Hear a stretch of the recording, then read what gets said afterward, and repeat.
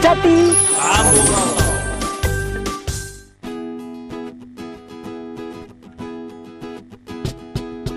Bangun pemuji pemuda Indonesia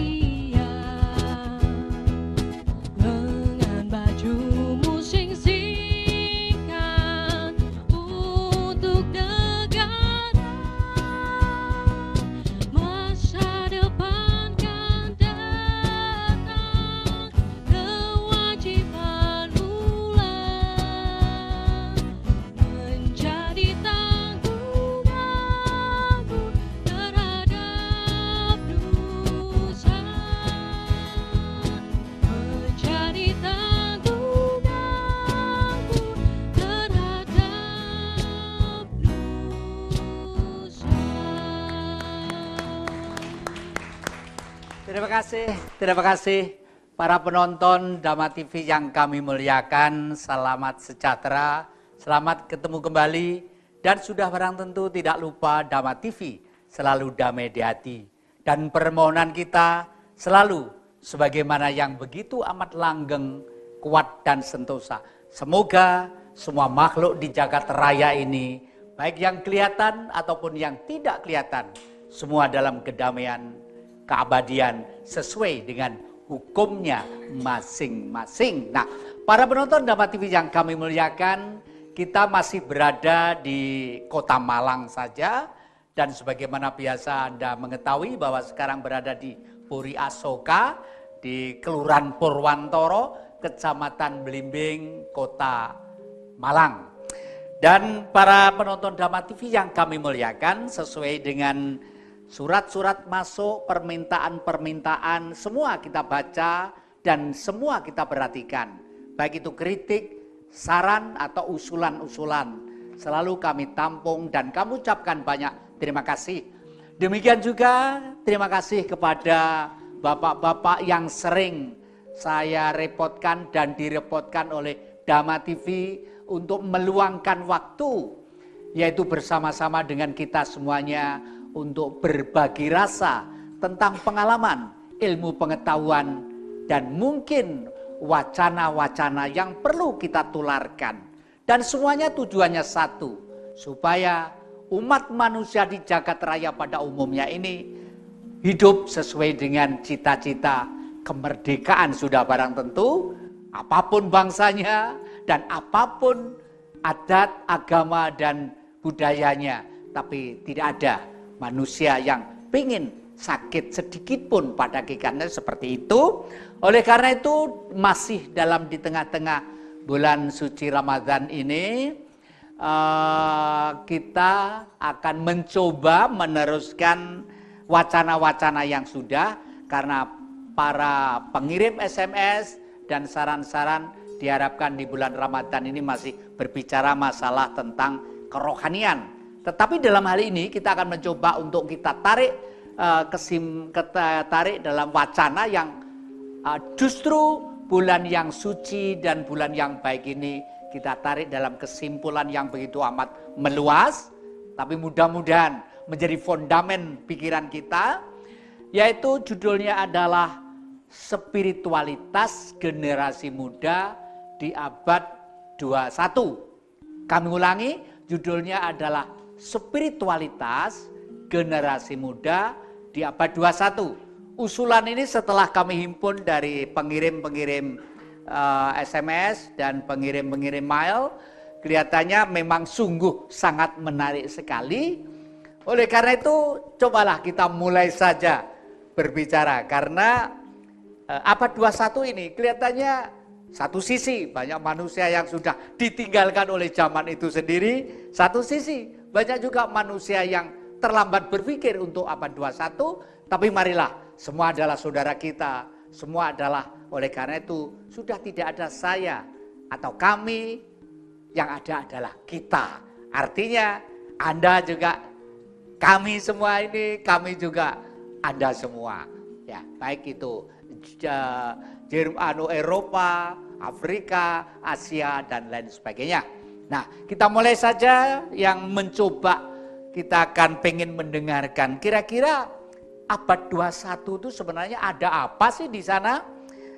Ini akan mencoba membuka tentang abad 21 yang dimulai oleh beliaunya Bapak Marzuki TSP SOS MSc. Beliau juga begitu getol akhir-akhir ini mengeluarkan bukunya yang menggelitik sekali tentang wacana pikir, kacamata berpikir untuk dunia yang begitu modern nanti. Monggo Pak Marzuki, kami persilakan.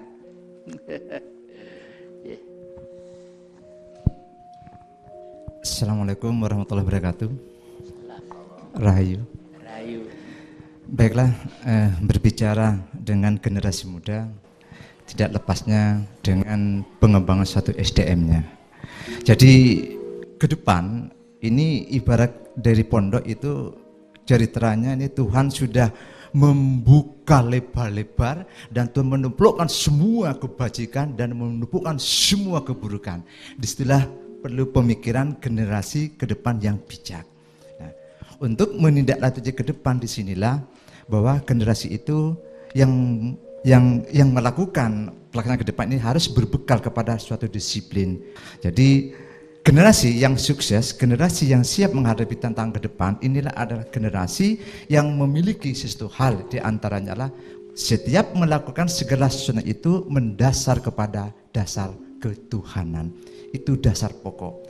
Sehingga dalam disiplin kami itu saya menamakan bahwa 5 unsur atau 5 unsur yang perlu dipahami. Jadi di antaranya adalah 1, setiap melakukan segala sesuatunya itu harus berdasarkan ketuhanan. Itu tidak ada lagi berdasarkan bumi, tidak ketuhanan. Kedua, generasi ke depan itu harus memiliki pengetahuan yang luas, wawasan yang luas. Kalau belajar ilmu jangan di satu tempat. Di sana banyak tempat sehingga bisa mengakumulasikan disiplin itu semua dan menghasilkan, jadi mengkolaborasi semua disiplin ilmu. Ketiga, generasi ke depan itu harus memiliki hati atau batin yang canggih dan bersih atau striloksa. Keempat, generasi ke depan itu harus tahu memahami bahwa Tuhan menugaskan duta-dutanya. Jadi harus selalu dialogi dengan duta Tuhannya. Kalau dalam Islam malaikat rokib, malaikat atid. Kalau Jawanya ini kaki among dini among. Kalau saya mengatakan bahwa Mahkamah Agung, Dewan Pertimbangan Agung. Yang sebelah kanan ini selalu mencatat perbuatan baik. Kalau saya namakan suatu saat ini juga bertindak sebagai hakim pembela yang membela kita masuk surga. Yang sebelah kiri juga suatu saat juga ini jaksa pertimbangan agung bertindak sebagai jaksa penuntut yang menuntut manusia atas perbuatannya untuk masuk ke surga. Keduanya inilah harus kita pahami. Kelima itu harus dialogi dengan lingkungannya atau alam sekitarnya. Jadi generasi ke depan nanti itu jangan hanya seperti celeng atau menyulutur aja, harus itu dialogi ke lingkungannya. Kenapa kok ada unjuk rasa masalah ini? Kenapa? Kenapa pohon ini kok mati? Kenapa ada bencana? Kok bisa? Wah, ini dari Tuhan, ini murka Tuhan. Tidak. Bahwa Tuhan saat sekarang masih menyimpan murkanya dan memberikan sebanyak-banyaknya kasih sayangnya. Adanya bencana itu adalah kelalaian manusia. Karena melakukan sesuatu tidak dasar ketuhanan, seenaknya berdasarkan saya punya jabatan, begitu saja. Kemudian untuk mengkonsep itulah kami menemukan suatu teori namanya teori Pituk-Sigimnoksha. Jadi teori Pituk-Sigimnoksha ini waktu kami disertasi alhamdulillah sudah kami selesai menuliskan doktor kami dan menjadi suatu teori teman yang baru melanjutkan kelanjutan dari IQKBM. Teori Pituk-Sigimnoksha ini adalah 7 unsur yang harus dimiliki oleh generasi ke depan. 1, kita harus betul-betul menjaga hati. Hati ibaratnya segelas air atau wadah. Kalau diisi air pun ya putih. Kalau diisi air zam-zam juga putih. Tetapi kalau di hati kita diisi dengan kotoran atau kopi ya akan hitam. Habis diisi air putih juga hitam juga. Diisi air zam-zam juga hitam karena sudah kotor. Nah, mohon dijaga hati. Kalau hati bagus, maka arus ke kanan itu akan menghasilkan God spot yang bagus, triloksa. Godspot itu pusat otak. Kalau godspotnya bagus, maka pikirannya juga akan bagus. Karena pikirannya bagus, maka akalnya juga bagus. Karena akalnya bagus, maka orang itu jelas berbudi. Dan sebaliknya. Yang satu sisi, kalau hatinya bagus, maka orang tersebut memiliki batin yang canggih. Karena batinnya canggih dan triloksa, maka batin ini mudah menerima getaran. Dia mulai getaran dari sang penciptanya. Itulah rasa generasi ke depan. Iya, terima kasih. Angkatan muda yang saya cintai. Beliau tadi betul-betul menggelitik kepada kita karena memang abad 21 itu sudah istilahnya digitalisasi. Otak kita sudah digeret oleh suatu ilmu pengetahuan dan teknologi yang sedemikian canggih. Dan ternyata teknologi itu tidak omong kosong karena teknologi itu mampu mewujudkan khayalan manusia itu sendiri. Lah sekarang kami ingin bergerak ke Pak Indarwanto ini, Ki Indarwanto.